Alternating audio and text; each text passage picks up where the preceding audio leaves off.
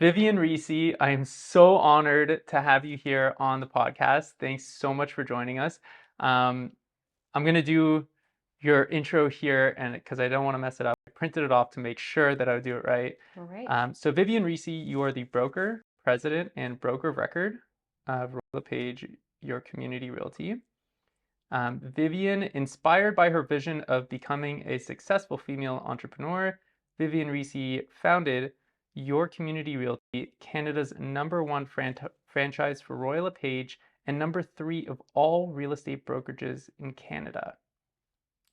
1974 marked her first year in the business as a real estate salesperson, persevering through market challenges while raising a young family. Vivian quickly learned that creating success required hard work, persistence, and a customer-focused approach.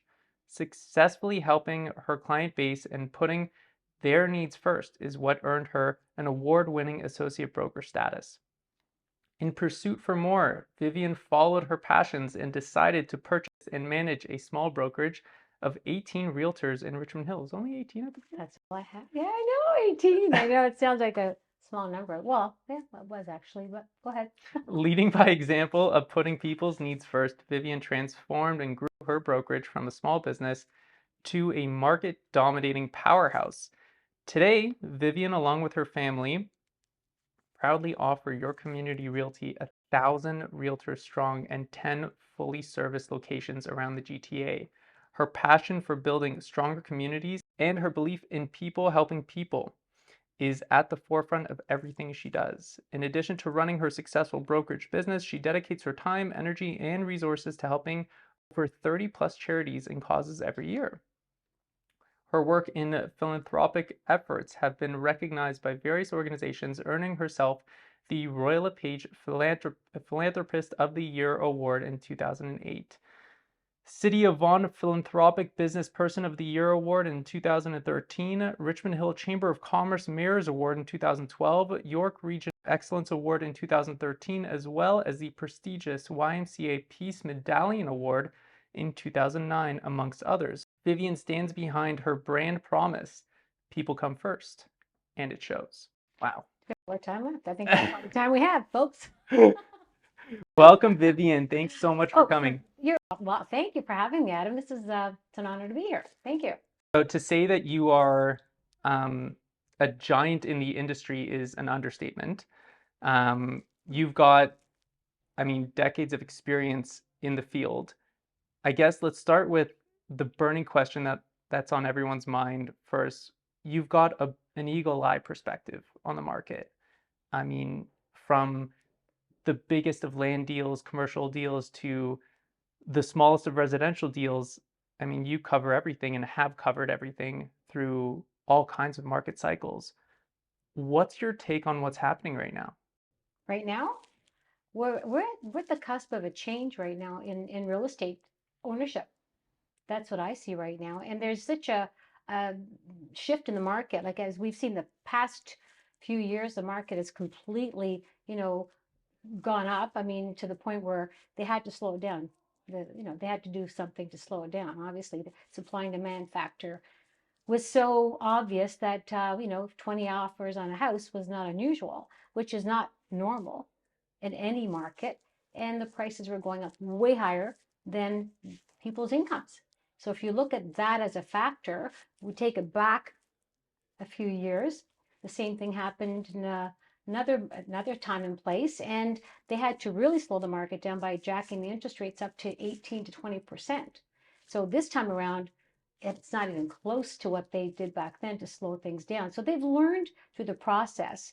And what's going to happen is they're readjusting the market. They're allowing the market to catch up. The governments are starting to lighten up on the processes from the approval standpoint. So that's going to change. And we're going to see more housing coming on the market, which will take the pressure off of the supply and demand and level off the pricing of homes. So that we're going to allow, the intention here is to allow the new first-time buyers to be able to afford to buy, because right now they cannot afford to buy into this market. And if we don't get the first-time buyers in the market, we won't have a market. Okay, as we know that when the first-time buyers start buying, it moves up. So we need to create that first-time buyer market.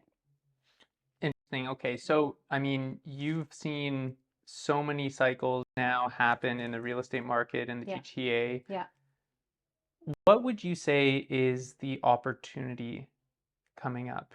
Because I think that there's a lot of people out there who are looking at this situation and saying there's going to be opportunity here somewhere. Oh, whenever there's a challenge, there's an opportunity. Where do you see that opportunity kind of presenting itself in the marketplace over the next year? Well, I think what we're seeing is, unfortunately, there's people that cannot sustain their mortgage payments with the little increase that we've had. So there's going to be opportunities there. We're seeing a few power of sales going on the market. Not that many, but that many, but there are some. And so there's opportunity there. There's also opportunity in, situations where you'll have a deal that's going to come on the market that can't close. Pre-construction is an example. People that bought back 3-4 years ago before the construction was even commenced. Now they're coming to occupancy and things have changed. Situations have changed for them economically. Banks are not giving the approval that they thought they would have had back then because the qualification level and the interest rate was different. So there's going to be opportunities there where someone can come in and take over that transaction. Potentially, unfortunately, somebody's going to lose their deposit. And again, if you can make something happen in between, there's many opportunities that are underlying right now. I've seen already quite a few in pre-construction and opportunities for developers. So there's opportunities in different levels right now, from the buyer's perspective to the investor's perspective. Many opportunities Yeah, I've and business opportunities. like, Okay. Oh, real estate is one. Other business technology opportunities, marketing opportunities. There's just a vast number of opportunities that have opened up right now to anyone that really wants to do something for their future and start new startups. There's a lot of opportunities right now on the plate. I mean, if I had more time, I always say I need a few more hours of my day. There's so many places I would like to investigate on where to invest. I mean, I was on the phone this morning with one of my colleagues in another location, and he's talking about the opportunities that are happening in their market, which to their realtors it appears to be pricing. The pricing is a little bit on the high side. For myself, coming from the GTA, they're still under market value as far as I'm concerned. So these are the opportunities that we see coming right now in locations just surrounding the GTA, yeah, small communities. I've been hearing that Yeah, too. I've been hearing a lot of talk about out west, Hamilton, yeah. Kitchener-Waterloo, Peterborough, St. Catharines. Oshawa, St. Catharines, all these little communities. There's a lot going on right now. And again, these are the things that if we had more time, and again, you want to investigate those locations, but there's a lot of opportunities on just single family dwellings to multiple income properties as well. That's the next opportunity available because there's a shortage of rentals. So a lot of these communities are opening up that they can start renting out um, basement apartments. You can start looking at multiple incomes in on one family home. There's a lot of opportunities there as Yeah, well. and I think the provincial government is now pushing for creating triplexes out of There you go. basically Right? everything. Those are income properties, and income properties are phenomenal. It's constant income. Your equity's going up in the real estate. You could actually live in a place for free if you really crunch your numbers. Phenomenal opportunities there. Yeah. So tell me about your story. I mean, you've built a really amazing organization that I am so grateful to be a part of myself. How did you get started? How did this thing all kind of, how did the cookie crumble into How did it this? all happen? You know what? That's a good question because I often wonder what happened. How did I get here? um, it was, opportunity. So what happened was the market crashed in '89, and I was a realtor, did very well selling real estate, was always in the top category of salespeople, did well, and things changed. The market changed. As I mentioned, the interest rates went up, and I found myself in a very difficult situation personally as well as business, and I ended up losing my home and ended up renting. So I went from building my own house and losing it and going into a rental. So I started from scratch. So it's kind of nice when you go from here to there. I didn't know that. I'm sorry to hear Okay, I'm over it. that. It's okay. But thank you. Yeah, no, it's true. And so, but coming from here down here, it's a little bit of a shock, but an awakening. So, how did you go from becoming a salesperson to becoming the owner of a brokerage? That's a good question because that's exactly what I always think, how did I get here? What just happened? So what happened was I was, you know, a survivor. My survivor instincts kicked in, and what I did was I was looking for a safety zone. I wanted to raise my children. I had 3 children at the time at a very vulnerable age. So that, okay, let me get into a position of management because I knew my stuff. I had realtors coming to me daily and I would give out free advice all the time. And I was helping them make deals, which was great. I loved it. I thought, well, I'm doing this for them. I may as well try and do this as, my full-time job. And this way I can be more organized. I was trying to create structure in my life. Because as you know, salespeople, today it's different. We have electronic signatures, we have computers. Back then, it's get in your car and drive. You had to get in your car to get an initial, a signature. Everything was get in your car. There was no such thing as technology to look up a listing. It's drive by the house. Okay, so these things made our jobs a little bit, more time consuming. And so I was creating structure for myself, and I went and applied for the manager's job at the company I was working for, which was part of a corporation. It was belonged to a bank. Basically, it was part of a bank system. So it was the bank had a real estate arm. So what I did is I applied for the job, but I needed to get my broker's license in order for me to become a manager. And I started doing my courses, and I didn't take no for an answer the first time. I went back 3 months later and asked them again. I said, look, your agents are still coming to me, and I think I could do you more good than, not. Like, allow me the opportunity to take these courses while I'm managing. And they still said no. And the third time I went down was I said, okay, this is what's happening. Your agents are ready to leave. They're being recruited from other companies, which was true. I was being honest. You need me to save this office. So they said, okay, let's give it to her. Because by that time, I'd already taken, I think, 3 out of the 5 courses. And I took the courses, continued to take the courses, and I went right into management, saved the office, retained those realtors. And I thought, okay, I'm doing okay. I'm doing fine. I've done what I committed to doing.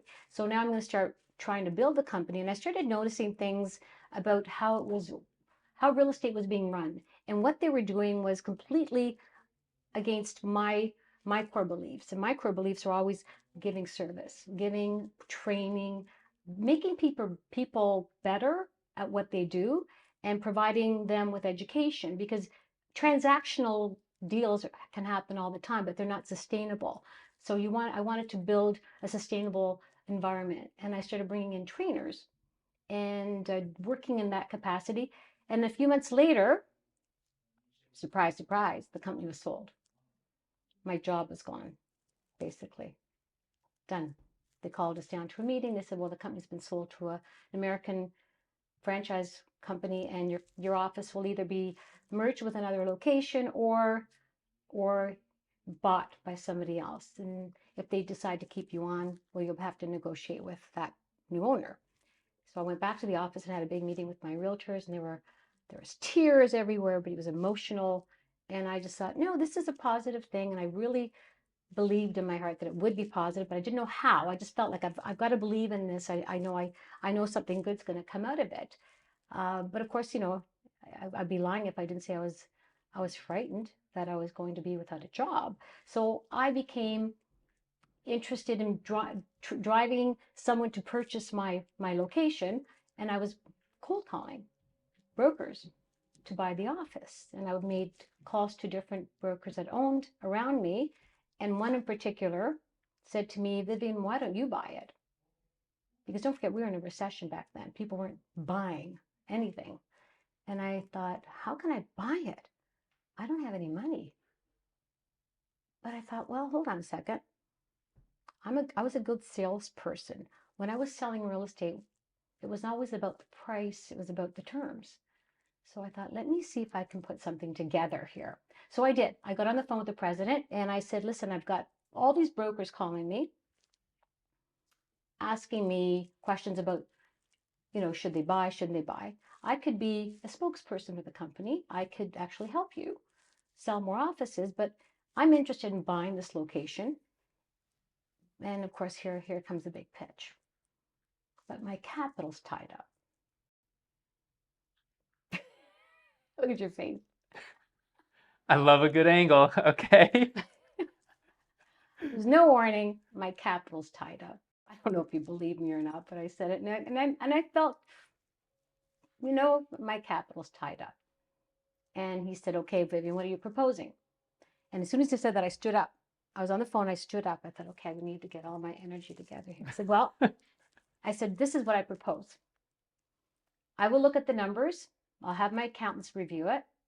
And I will then, I got this out of, I don't know how we came up with these lines. I said, and I will get back to you and come up with this, with a plan on how the numbers will work. Basically, that's what happened. So about a week later, these three gentlemen showed up at my office with boxes of accounting, because I remember they didn't have computers back then with these uploads. Came in, showed me the numbers, and of course, Adam, I'd be honest with you, I did not know what I was looking at. And I called my accountant and I said, look, you've got to help me. He said, well, the company's losing money, Vivian. When he looked at the numbers, it's not making any money. I said, fine. I didn't expect it to be making money. Otherwise, why would they have sold it? Right? Let's be realistic. Is it? It's true. You're right. I said, but I see an opportunity here. There's a base. As long as I have a base, I've got a location, I've got a name, I can make this work. Because I don't have to recreate that base. It's already there. I've got the will, I've got the knowledge.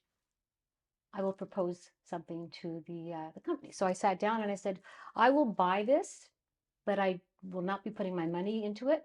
I'll pay you over a certain period of time based on certain numbers. Then we negotiated back and forth. They wanted the taxes up front, and I'm thinking, oh my goodness, whatever that was, I can't even. I honestly, I'm sure if I dig up the documentation, it was money out of my pocket, but I think I borrowed it. I borrowed the taxes to pay them up front so that they could show that on their books. And we made the deal. We signed off on it. And so what I did is I still didn't have my broker's license, but you needed to be a broker to own a company. So I literally had to go in the office and I had to talk to one of the realtors that was a broker. And I said, Paul, I need you to be my broker of record. Is this Paul Hunter? Yeah. This is Paul Hunter. Paul Hunter. Paul's a client of mine. I know he is. So he was your broker of record. He was my broker of record for about 8 months until I completed my courses. Wow. Paul's a great guy. Is he? Yeah.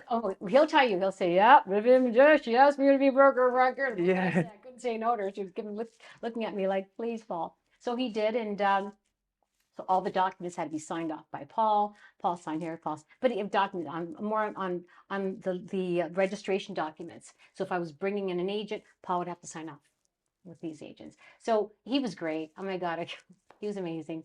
So Paul was my broker of record, and I finalized my courses, and I finally finished up that part of it. So I was a broker. I owned my company. This was 1994. And what did I do? Then I started training. And I opened up my office once a week for training. I hired a trainer. I borrowed the money to hire a trainer. I remember borrowing $5,000 to bring in a trainer. And he trained weekly, and I had a full house, and the agents started hearing about it. So I started recruiting. And so I went from 18 realtors to almost close to 40 in a very short period of time. All I did was talk to people, talk.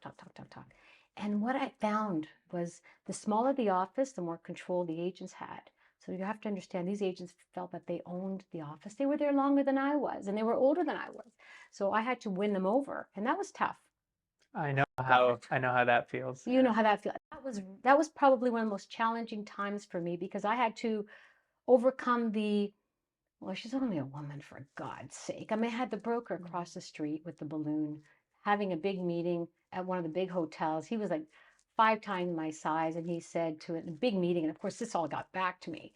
Oh, well, she won't last very long. One of these comments, or another weak broker. That's what he said. Oh, there's another weak broker that just opened up. Well, she won't last very long. Well, that came back to me. And of course, when you're starting up, every little thing that matters. And I thought, well, I had two choices: retaliate or just bear down and just like forget about that white noise. I'm just going to continue on my path to do what I believe is the right thing. What is my intention here? What do I want to do? And focus on my intention. Forget about what everybody else is saying.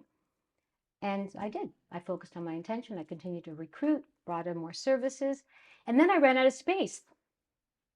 Can you believe that? And I thought, well, now what do I do? So then I had another broker that contacted me and said, look, things just happen sometimes. That's why I wondered, how did I get here? And he called me up and he said, Vivian, my manager just walked off with 12 of my agents and went elsewhere. I've got this huge space down the street. He said, do you want to come and look at it? And I was like, yeah, yes, I will come and look at it. I went down, I looked at it. Beautiful space, all windows, has actually a step up from where we were. And he had about 20 agents. So we ended up taking over his office and his agents, did a deal there, and all of a sudden we went from 40 to 60. It's like, boom, we just grew again. And then I had, this is probably, yeah, about 3 years. I was into about 3 years by now. And then LePage knocked on my door and they wanted to buy my office. And I thought, no, I'm not, why would they want to buy my office, right? I thought, well, I'm not going to sell my office. This is my company. I want to create security for myself, not let go of my security. I basically bought my job is what I did. And I said, no, I'm not for sale. And then we really got to know each other well. He's still a good friend of mine, Gino Romanese. We're talking like almost 25 years later. This is before Phil. Before Phil, yes, before Phil. Mm-hmm. And so Gino would pop in and say, well, you sure you don't want to sell? No, I don't want to sell. And he said, well, how are you doing this? He said, you're growing and we're not growing. What are you doing? And I said, oh, Gino, it's no big secret. It's just, talking. He goes, there's more to that than meets the eye. Anyways, long story short, I ended up down at LePage, talking to the president at the time, Simon Dean, before Phil, because Simon hired Phil. And Simon and I spoke, and he said, look, if you're not going to sell, we hear you're not going to sell, would you consider buying my locations and changing flagships? And I was like, don't forget, I wasn't LePage at the time. I was another brand. And I thought, oh my gosh, what's happening here? Like and my franchise agreement wasn't up for another year. I said, well, I can't do anything. I'll come back to you when I'm, expiring. And I waited about 8 months and I thought, well, I can't do this. This is way over my head. This is way over my head. That feeling of like, this is too big for me. No, this is for somebody else. This is like, they've got the wrong person here. Can't do this deal, right? And then as time went on, I was like, why can't I do this deal? I thought about it harder and harder. And I thought, well, I'm going to be buying into a brand that was, to me, one of the best brands out there. And I remember the brand from when I was a child. Actually, A.E. LePage was the household name, right? So I bought into the idea. Then I had to get my head around how I was going to do it. And we went through the process, and I bought the LePage franchise offices, the corporate offices, and I converted. So it was a big announcement, huge, because LePage was not franchising yet. They were still corporately owned. Oh, wow. So were you the first? One of the first in Toronto, yeah, the GTA. Wow. 1999, 98 actually, that this was happening. So what happened was, oh wow, I was right. It was big. I don't even know how I did it. I thought, what was I thinking? You're doing all of this while raising 3 kids. Yeah. Oh, how did I raise? Oh, the 3 kids, by the way, were working in the office. Okay. There you That's go. the only way I could control this. Okay. They had to buy in with me. So I said, look, kids, if I do this, you have to This is a life changer for us. I need you guys to help me. I need your support. What I wanted was their support. I didn't want to be worried about them, because as a parent, you worry about your children, and you don't want to be taking your time away from the family, and then your kids get messed up because you're not a winner. You're not winning at all in that category. So they did. They agreed, and so Michelle and Julie worked the front desk, and Justin was a lot younger. He was my cleaner. Right. He would come in the office, made a disaster.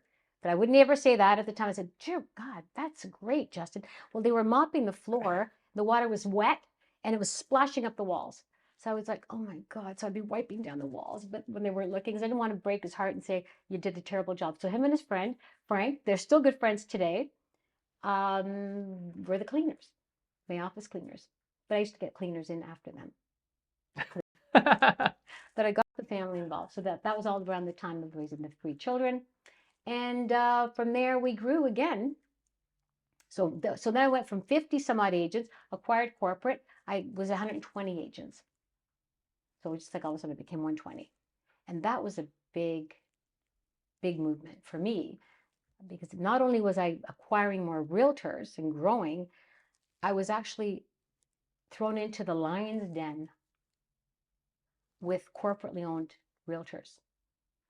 And you have to understand the mentality of the agents are, I'm corporate. Nobody owns me but corporate. Who are you? You're my competitor. You're my competitor. You've been my competitor, and now you're owning me. So there's a lot going on at the time. And I remember walking into the room when the announcement was being made. Corporate bust everybody into this big center, this banquet facility. My people that were with me, they had to change flagships. So it was like they were changing, these people were changing. It was big changes everywhere. And I remember walking in the room, and I remember walking on stage with the announcement. I had, you're always judging the audience. I'm always one that I feel, I'm very intuitive to the energy in the room. And I was watching the faces, and my realtors, I was watching their faces, and they were supportive, they were smiling. And then the corporate owned agents were stunned, and they were shocked. And I felt for them. I thought, I know how they're feeling. I can tell, I can see how they're feeling. So I said, look, I'm an open door. Just come and see me. I'll answer any questions right now. And I'm sure you're probably not even to process what you want to ask me, but come and see me. My door will be open. And that's exactly what I did. I must have interviewed each and every one of those realtors over the next 2 weeks. There was a lineup outside my door at the office, and they all came in, and I got to know each and every one of them. It was quite the process. There was one casualty out of the group that day. This realtor was a chairman's top agent, and he was in shock, and he threw a tantrum in the room, and he threw his chair down, and he said, "Nobody buys me," and he walked out. Nobody followed him. He just went on his own. 6 months later, he came back. He came back and stayed with me till just, well, now, right? So it was stressful. It was hard on all of us, but it was a change in the industry. So what was happening was changes taking place in the real estate industry.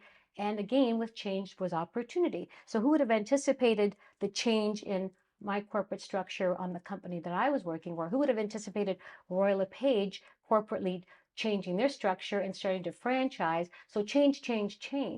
And that's what happened. So ended up with that. I mean, that was 1999. And then from there, I just grew the company to the numbers that we are today. Wow, that's an amazing story. Yeah. So the one thing that I've kind of really, I guess a theme that I've noticed throughout our conversation here is that regardless of what the situation is, you're always kind of looking for opportunity in what's happening, and you've always taken those risks, calculated risks, however, but still risks, and built an amazing business from it. I guess when and doing all of this while being a mom to 3 kids as well, what What would you say is something that grounds you and helps you with the laser focus that you have in order to keep an amazing operation like this running? I think probably just being authentic, being myself.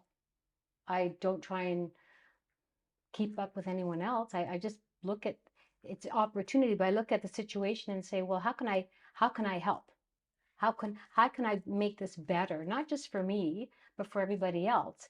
And I believe there's a silver lining in everything somewhere. If you just have to look at it from a perspective of how can I help? What can I do to make it better? That's what keeps me grounded because I go in with that intention. What is my intention? And surrounding myself with like-minded people that are, there to do the same. I'm very, like I mentioned to you, I'm very sensitive to the energy in the room. So when I see certain things, I will walk away. If I feel certain things aren't right, I'll walk away. If someone is not aligned with what I feel, is appropriate, then they can take it all. I'm not interested. It's not always about the money. I'm not a transactional person. It's not about that because when I went into it, don't forget, I was losing. The company was losing money, so it wasn't making money. I was looking at is what can I do to help? What can I do to make this grow? What can I can apply my skills to make a change for the better because nothing's going to come on a silver platter. So I think it's all how you look at things, and I believe that that's probably what's kept me grounded through the process, through the challenges too, because it's not always been easy. There's been a lot of challenges and still will be challenges along the way, right? But keeping yourself balanced in that respect, but it's always about the people that you're surrounded with. And my family, the kids, they're now adults and they're still involved to some capacity, very much so involved. And that's a healthy environment. And also realtors. I find that, when a realtor comes in, they, come in with an image, right? We all have something attached to how we do business. And I always feel that, they are their environment. So if they're not the best realtor, or they're, not known to be the best realtor, well, we shouldn't be judging them from a distance. Let's just see what they're all about when they come in. Maybe they just need a different environment. Maybe they need different support. So I believe that that creates a different outcome as well.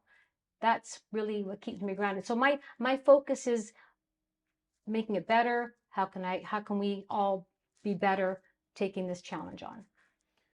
One thing you mentioned when you were telling your story at the beginning is that you were trying really hard to get kind of stable and situated and to schedule your time properly Mm. because you had to do so much driving back before there was a digital aspect to real estate. So we just have to get initials, signatures by deadlines. We had, yeah. How do you, and now your responsibilities have only grown since then, Hmm. I'm sure. Hmm. So what do you do in order to, I guess, schedule your day effectively? And are there any little tricks and things like that that you do that you adhere to religiously that help you to keep performing at such a high level? Do I perform at a high level, Adam? Objectively, I think so. I think it's normal. Okay, what I just do, well, I think it's a regular day for me is I'm an early riser by nature. I've never used an alarm. I cannot I can never use an alarm. I just don't. Alarm would give me anxiety. What time do you wake up? Probably around 5:30. I don't get up, but I'm awake at 5:30. But I'll discipline myself by doing something, where I'll take care of myself. I figured this is my time in the morning before the rest of the world starts, you know, taking place. So I get up and I have my coffee. I'll do my my routine. Could be workout. It could be yoga. It could be just push-ups on the floor, whatever it is that comes my way, and I'll take care of myself at that point, that moment. As I said, take that moment for yourself. I've always been about that moment for myself because even when I was raising the family, when the day starts, it doesn't stop. It just like kicks in high gear and you just go, and then it's nighttime before you know it. So I've always believed in taking care of yourself the first thing in the morning, and then just being organized and taking care of your, priorities. What's your priority after that? To me, I'm in the office by 8:30 usually, and I maybe 9 o'clock at the latest. But by that time, I've already filtered through certain things and do my, priority list, take care of my to-dos, and get on my day with people. And my day is never the same. Every day is different for me. Every day is different. There's always something. Even if nothing's planned for that day, you can rest assured something's going to happen. And things just happen. So I leave myself open to that during the day. You see how I am in my office. I've got an open concept. The door's there, the windows, the glass is there. And see, people say, oh, you should put blinds on that door. And you should. Why? Why would I want to put blinds on that door? If I can't see what's going on, people are coming in. I can't see the energy. I can't see what's going on. I can pick up on a lot more by where I'm sitting than I can by having, a Zoom meeting. For anybody who hasn't been to Vivian's office before, Vivian is situated at her head office out of 10 in Richmond Hill, and it is how many square feet, the building? 20,000. 20,000 square foot building. Her office is situated right at the front door, and it is surrounded with windows, and her door is all glass, and it is almost never closed, that door. Right. And anybody can just kind of walk in and say hi to you throughout the day. That's right. That's right. Yeah. And that's my day. So you can imagine what happens. There's always something. Something happens, some new surprise, and people are always talking about transactions, listings, challenges, and that's what we want to talk about. Ideas, people always have different ideas, and if they don't feel welcome, their ideas are never expressed. And when you miss that moment's gone. You know what it's like sometimes, Adam, you have that idea and you go, oh, and then it's gone. Well, I want to capture that moment at that time. So realtors know that if they want to talk about something, they can just walk by and make eye contact, and we can communicate either on the spot or make a time to communicate. There is one thing that I really wanted to ask you, because Uh-huh. it's such a awesome opportunity to be able to speak to you about this. There's a lot of people out there who are watching the channel, and I can see by the demographics on YouTube that they're mostly younger guys who are looking for that opportunity. Yeah. And what advice would you give to a young entrepreneur who is looking to grow and expand in an ever-changing market and rapidly expanding world? That's a loaded question, Adam. What would I say to them? Yeah, what advice would you give for a young entrepreneur? I would say don't let any opportunity go by without looking at it. If it gets your attention, look at it, review it, and talk to someone that you trust that's more experienced, because it's not always as, if you don't have the experience in certain things, don't not ask someone that does have the experience, because there's things that you may not know about or see that you don't want to be finding out later on. So I would say investigate, ask people with experience that have been through similar business ventures, and they'll, and someone you can trust, someone that will give you the right advice, someone that's not going to be, trying to talk you out of something because they want the opportunity first, or, make sure you connect with somebody that is the right person, and weigh it out. And I always say, weigh things out, make a list. It's pretty simple. Make a list of the pros and cons. Make that list and review the list, and put yourself in each situation. The pros. Go through all the list on the pros and go through all the lists on the cons, and put yourself in the position of, okay, so if I lose everything, how will I manage? If I, go through this, how will I manage? So you go put yourself in there and walk through the steps, because you want to be able to understand yourself, because you need to put yourself in that position before you actually get there, because you don't want to have a surprise and then freeze up. You want to be able to handle that situation because you've already anticipated what could happen. Okay, how can I handle that? Do I have plan B in place? Plan B is always important to have in place. Don't leave yourself stranded. And so don't be afraid to ask for help, and someone else's opinion is what I would recommend. that's been through something similar. Wisdom goes a long way. I've certainly learned that. That's Right? kind of why I'm here at this brokerage, Okay. because this is, I've got you, I've got, I mean, the whole team that here at this brokerage. Well, Jack, I mean, Jack's phenomenal. the team is like, if I haven't mentioned earlier, surrounding yourself with the right people, that's the team. That's the team. Nobody wins anything without the team. You know, whether it's soccer, hockey, or football, whatever you can relate to sports or business. If you don't surround yourself with the right team, lawyers, accountants, everybody, that's your team, you're not going to make it. Okay. But when you surround yourself with the right team, you're going to make it. You're going to make it. Yeah. So this has been, I mean, I know that you're like obviously a super busy person, and I don't want to take up too much of your time, but I did want to ask you one more question.